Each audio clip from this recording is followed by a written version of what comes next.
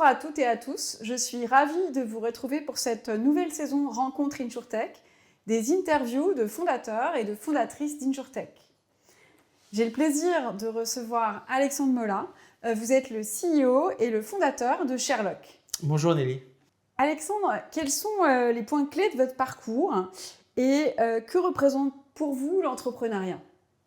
Alors, j'ai un parcours assez classique finalement, puisque j'ai fait une école de commerce et j'ai commencé en banque d'affaires sur des très gros projets de fusion-acquisition, en particulier dans les ressources naturelles pendant 6 ans. Et puis, en fait, au bout d'un moment, j'ai eu un peu des picotements, j'avais envie de voir autre chose et j'ai eu la chance de rejoindre Uber, qui à l'époque était encore une petite start-up, pour aller voir le côté opérationnel des choses et passer du côté conseil au côté vraiment opérationnel avec Uber. Et puis, après 6 ans chez Uber, j'ai compris une chose, c'est que ce qui m'excitait vraiment, ce qui m'intéressait, c'était de construire. Et alors là, après quelques années, j'ai eu la chance d'avoir une opportunité fantastique de me lancer, construire une entreprise, et ça a été l'occasion de créer Sherlock avec Nicolas Louvet, avec lequel j'avais travaillé pendant de longues années chez Uber, puisque lui est un spécialiste de la mobilité. On avait travaillé ensemble à étudier l'impact d'Uber dans les villes. Alors justement, comment est né ce projet et comment cette idée est venue ? Alors, ce qui est intéressant, c'est que on n'est pas du tout du milieu de l'assurance. Et donc ça, c'est peut-être assez particulier dans le milieu de l'InsurTech. On vient du monde de la finance, on vient surtout du monde de la mobilité. On a une grosse expertise en termes de mobilité, en particulier la mobilité urbaine. Et on s'est rendu compte assez rapidement qu'il y avait un vrai sujet qui était quelque chose que tout le monde avait vu ou commençait à voir, le passage, un changement de paradigme dans le vélo avec le passage d'un vélo loisir à un vélo mode de transport quotidien. Ce que les gens n'avaient pas vu et que nous on a vu et qui est à la base de Sherlock, c'est que le principal obstacle à l'usage du vélo, c'est la peur du vol. Et donc notre idée, notre mission, c'est de dire si on arrive à résoudre ce sujet de la peur du vol, on va débloquer massivement l'usage du vélo et c'est le point de départ de Sherlock. Alexandre, quelle est donc la proposition de valeur de Sherlock ? Alors Sherlock, au départ, c'est un projet hardware. C'est-à-dire que pour débloquer l'usage du vélo et répondre à cette peur du vol, on a décidé de développer le premier cadenas partagé au monde. L'idée était assez simple, c'était un cadenas qu'on va déployer à travers la ville, qui va créer une infrastructure partagée à laquelle vous pouvez accéder via une application. Il y avait déjà de l'assurance dans cette solution. C'est une solution hardware qu'on a développée de A à Z. On est parti de la feuille blanche jusqu'au prototype, jusqu'à la production en série, jusqu'au brevet même. Une solution qu'on a déployée, qu'on a opérée à grande échelle même, qui a eu sa propre vie. Et puis assez rapidement, on s'est dit, la vraie opportunité, si on veut apporter de la sérénité au plus grand nombre et débloquer l'usage du vélo, en fait, c'est l'assurance. À l'époque, il n'existait pas vraiment de produits d'assurance pour protéger les vélos. Et donc, on s'est dit, avec notre expertise de la mobilité, avec notre compréhension des usages aussi du vélo, en fait, on va pouvoir, et notre ambition en tout cas, c'est de développer la première assurance dédiée au vélo avec une compréhension vraiment extrêmement fine de ce nouveau risque. Et quelle est votre cible de clients aujourd'hui ? C'est les clients finaux, ce sont les entreprises, des flottes. Et combien de clients est-ce que vous visez d'ici 3 ans ? Alors aujourd'hui, on a des clients aussi bien en B2C, qui constituent à peu près la moitié de notre base d'utilisateurs, qu'en B2B. Le B2B, c'est vraiment très large. Ça va être une flotte de 3 vélos dans une PME pour les collaborateurs, jusqu'aux méga flottes parapubliques comme Véligo en Ile-de-France, par exemple, qui représente 21 000 vélos. Donc on est vraiment capable d'adresser absolument tous les usages et tous les types de vélos ou de flottes de vélos. Et nous, on apporte une protection sur le vol, la casse, le vandalisme, mais aussi de l'individuel accident, de la protection juridique avec tous nos partenaires. Au-delà du produit d'assurance en lui-même, qu'on crée avec nos partenaires porteurs de risques, on a vraiment développé une application qui représente une expérience utilisateur vraiment complète. Notre ambition, c'est vraiment de développer une plateforme qui va permettre de récolter énormément de données pour comprendre en détail ce nouveau risque qu'est le risque vélo, mais aussi qui va nous permettre de rendre une partie de ces données packagées sous forme d'insights ou de best practice pour nos utilisateurs. Par exemple, on a lancé il y a quelques mois Vigimap. Vigimap, qu'est-ce que c'est? C'est une fonctionnalité qui permet à tous les utilisateurs de visualiser le niveau de risque de vol, notamment, au niveau de la rue dans laquelle ils sont en train de se garer. Ce qui est assez puissant, puisque l'idée, c'est d'encourager les bonnes pratiques pour réduire la sinistralité et apporter toujours plus de sérénité à nos utilisateurs. Et juste sur le nombre de clients visés à 3 ans, Alexandre? Alors aujourd'hui, on approche des 30 000 utilisateurs qui ont souscrit à une assurance en 2 ans et demi. Donc on a une très forte traction. Clairement, à 3 ans, l'idée, c'est de dépasser les 100 000 utilisateurs assurés actifs. Comment est-ce que vous travaillez avec cet écosystème qui est assez vaste, avec les mutuelles, les assureurs, les assisteurs? Est-ce que vous pouvez nous expliquer un peu comment vous avancez avec eux? Sherlock, aujourd'hui, est un courtier en assurance, enregistré auprès de l'ORIAS, évidemment, qui a développé une vraie expertise sur ce nouveau segment d'assurance qui est l'assurance vélo. Notre compétence, c'est de comprendre qui sont les assurés du vélo, quels sont les canaux d'acquisition, quels sont les coûts d'acquisition, quelles sont les pratiques des assurés du vélo pour, in fine, comprendre comme aucun autre acteur ce risque vélo. Et derrière, travailler avec tous les partenaires, dont les porteurs de risques, évidemment, en premier lieu. Donc, on travaille par exemple avec Chubb sur la partie B2C, on travaille avec Carrefour Assurance, Karma sur la partie B2B. On va également travailler effectivement avec des assisteurs comme AXA.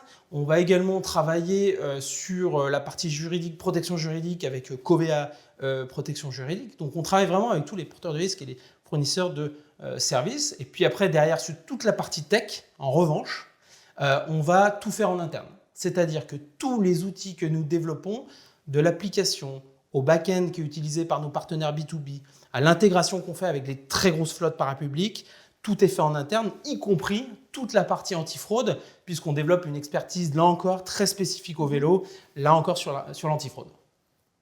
Un sujet important, c'est vraiment le modèle économique. Donc, quel est votre business model? Et est-ce que déjà il a bougé? J'imagine que oui, vu ce qu'on a dit tout à l'heure, il a dû bouger avec la première phase de Sherlock. Et à quelle date est-ce que vous serez à l'équilibre? Alors, c'est vrai qu'au départ, Sherlock, c'est un projet hardware, comme on dit. Donc, l'idée, c'était de déployer des cadenas et ensuite d'avoir une rémunération qui venait des utilisateurs. Aujourd'hui, cette solution n'existe plus dans le sens où nous avons vraiment pivoté pour nous focaliser sur l'assurance et nous sommes en discussion pour monétiser cette partie hardware. Sur la partie courtage d'assurance vélo, comme tout courtier, le business model il est relativement simple, c'est une commission et des frais de courtage sur les assurances que nous vendons. Maintenant, ce qu'on voit, c'est que grâce à notre application, grâce à tous les outils digitaux que nous développons, on a on a des coûts d'acquisition très faibles, on a une rétention très forte de nos utilisateurs, ce qui fait qu'on va créer une relation forte avec ces utilisateurs, puisqu'on voit, à titre d'exemple, qu'on a quasiment 30% d'utilisateurs actifs chaque mois, ce qui est dingue en assurance. Et ça nous permet de réfléchir à d'autres types de monétisation, notamment en mettant en place des partenariats d'affiliation, puisqu'on a une population très qualifiée, que l'on connaît très bien, avec qui on peut éventuellement réfléchir à des partenariats pour distribuer des produits connexes, ce que nous avons commencé à faire. Quelles sont vos 3 principales difficultés en tant qu'entrepreneur au sein de Sherlock? Alors la première difficulté quand on est entrepreneur, en particulier quand le projet est à ses débuts, c'est vraiment l'équipe. Comment recruter les meilleurs à un prix abordable, parce que, comme disait Jean Bodin, il n'y a de richesse que d'hommes. Donc la première chose, c'est de créer une équipe vraiment forte et engagée. Et ça, c'est un vrai défi, en particulier il y a quelques mois, quand il y avait encore énormément d'argent sur les marchés, où en fait, le prix des collaborateurs était extrêmement élevé et il y avait une forte compétition sur les talents. Je pense que le deuxième enjeu, il est vraiment sur la partie, je dirais, la partie culture. Parce que c'est bien d'avoir l'équipe, mais encore faut-il arriver à les emmener et à les aligner. Et donc ça, je pense que c'est en premier lieu le rôle du fondateur, écrire très clairement les valeurs dans lesquelles il veut inscrire son projet, arriver aussi à les transmettre via le recrutement, via la gestion des talents, et puis comment faire en sorte que sa propre équipe devienne le plus fort des catalyseurs de cette culture. Et puis évidemment, il y a les sujets, comme dans n'importe quelle entreprise, en particulier au début, du financement. Voilà, on voit que là, avec la montée des taux ces derniers mois, les financements se sont taris, ce qui crée un niveau d'exigence encore plus élevé, mais ce qui est une bonne exigence, un bon problème à avoir, puisque ça nous oblige, nous, fondateurs, à serrer un peu toutes les vis dans l'entreprise. C'est un bon exercice, en fait, pour voir si notre projet il va être viable dans des conditions où on attend d'une entreprise qu'elle ait une forte croissance, mais qu'elle soit aussi rentable ou qu'elle le devienne dans les prochains mois. Alexandre, quels sont les 3 facteurs clés de réussite de Sherlock selon vous? Alors, les facteurs clés de réussite, pour moi, c'est le fait d'être le premier, ou en tout cas parmi les premiers, sur un nouveau segment d'assurance. L'assurance vélo, c'est un nouveau segment. Il y a 5 ans, personne n'assurait son vélo. Aujourd'hui, en fait, on voit que le taux d'équipement il est en train de monter en flèche. Donc ça, c'est vraiment une chance, puisque ce n'est pas tous les 4 matins qu'il y a un nouveau segment d'assurance. Et donc, ça, c'est un vrai facteur. Voilà. Le deuxième facteur, c'est que je pense qu'on a une équipe extrêmement talentueuse. On a eu beaucoup de chance pour recruter vraiment une équipe formidable. Et puis, troisième chose, c'est, je dirais, l'expérience, parce qu'on est passé par le hardware. Avec la crise du financement, on a aussi décidé de manière assez radicale de pivoter et de réduire très fortement notre structure de coûts pour aller chercher l'équilibre. Et ça a été finalement une leçon absolument énorme qui nous prépare vraiment pour le mieux pour la suite. Et si c'était à refaire, alors? Si c'était à refaire, on peut toujours refaire le match. Je dirais qu'évidemment,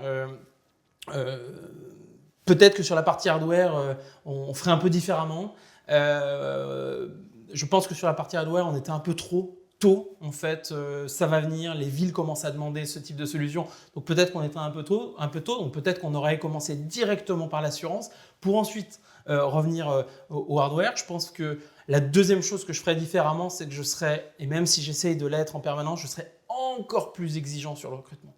Ça, c'est vraiment, voilà. Comment peut-on faire mieux? En fait, on fait encore mieux sur le recrutement, clairement, et toujours avoir la barre la plus haute possible. Si on prend un petit peu de hauteur de vue, quelle est votre vision de l'évolution du secteur de l'assurance? Et en particulier, à l'intérieur de ce secteur, l'évolution du rôle ou le rôle de l'InsurTech aujourd'hui? Ce qui est vraiment particulièrement intéressant dans le segment de l'assurance, c'est que certes, c'est une industrie qui a plusieurs décennies, avec des mastodontes qui eux-mêmes ont toujours innové et tenté d'innover, avec peut-être un peu plus d'inertie qu'une petite structure, mais ce qui est normal, mais aussi avec beaucoup plus de moyens. Et donc ça, c'est extrêmement intéressant parce qu'on voit que là, on a des nouveaux risques qui apparaissent ou des risques existants qui commencent à se matérialiser de manière assez surprenante ou violente, comme les risques climatiques par exemple. Et donc on voit qu'il y a un besoin d'innovation même par rapport aux métiers sous-jacents d'assureurs. Et puis il y a aussi des évolutions à venir et c'est là où les InsurTech peuvent vraiment apporter quelque chose sur la partie purement technologique. Il y a de plus en plus d'outils qui peuvent être utilisés pour optimiser la gestion des contrats et des risques côté assurance. Les AssurTech, à mon avis, ont dans le passé une très forte promesse sur la digitalisation qui allait révolutionner le parcours client, soi-disant, et la donnée qui allait révolutionner la compréhension du risque. On voit qu'il y a eu de nombreux acteurs qui ont pas délivré, en tout cas pas au niveau des attentes des investisseurs et des marchés et aussi des acteurs traditionnels.